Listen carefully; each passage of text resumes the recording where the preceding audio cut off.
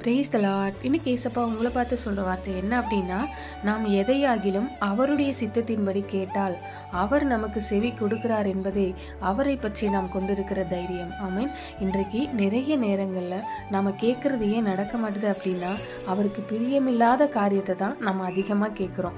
அப்போ நம்முடைய ஜெபத்துக்கு பதில் வரணும் அப்படின்னா அவருக்கு பிரியமானவைகளை நாம கேட்கணும். அவருக்கு பிரியமானவைகளை நான் எப்படி கண்டுபிடிக்கிறது, நான் எப்படி கேட்கறது அப்படின்னா, அவரோட நீங்க டைம் ஸ்பெண்ட் பண்ணீங்கன்னா போதும். அவர் சமூகத்துல நீங்க உட்கார்ந்தா போதும். அவருக்கு என்ன பிடிக்கும் என்ன பிடிக்காதுன்றத அவரே சொல்வாரு, உங்களுக்கு வெளிப்படுத்துவாரு. அப்போ அவருக்கு பிரியமானதை நாம அவரிடத்துல கேட்கும்போது நமக்குள்ள ஒரு நம்பிக்கை வரும். கண்டிப்பா ஏசப்பா நம்முடைய ஜெபத்துக்கு பதில் தருவாருன்ற விசுவாசமும் உங்களுக்குள்ள இருக்கும்.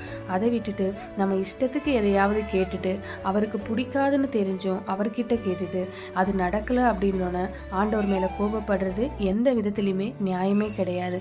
நம்மளையும் நாம கெடுத்துக்கிறோம், நம்ம சமாதானத்தை கெடுத்துக்கிறோம், நம்ம சந்தோஷத்தையும் கெடுத்துக்கிறோம். இதுல ஆண்டவரையும் நம்ம கஷ்டப்படுத்துறோம்.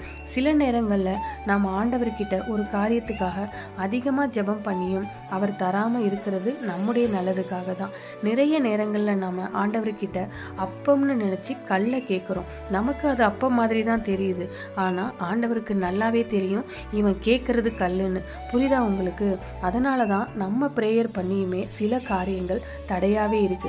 அதனால ஆண்டவரோட பாதத்தில் அமர்ந்து அவரோட வசனத்தை தியானிக்கும் போது அவர் உங்களுக்கு சொல்லி கொடுப்பாரு, நேர் வழியிலையும் உங்களை நடத்துவாரு. அவரோட நெருங்க நெருங்க உங்க மனசே ஆட்டோமேட்டிக்கா அவருக்கு பிரியமானதை கேட்க ஆரம்பிச்சிடும். அப்படி நீங்க கேட்கும்போது அவர் உங்க ஜெபத்தை கேட்டு எல்லா காரியத்தையும் கர்த்தர் வாய்க்க பண்ணுவார். அதனால எதை கேட்டாலும் அவருடைய சித்தத்தின்படி கேளுங்க, நிச்சயமா பெற்றுக்கொள்வீங்க. ஆமீன். God bless you.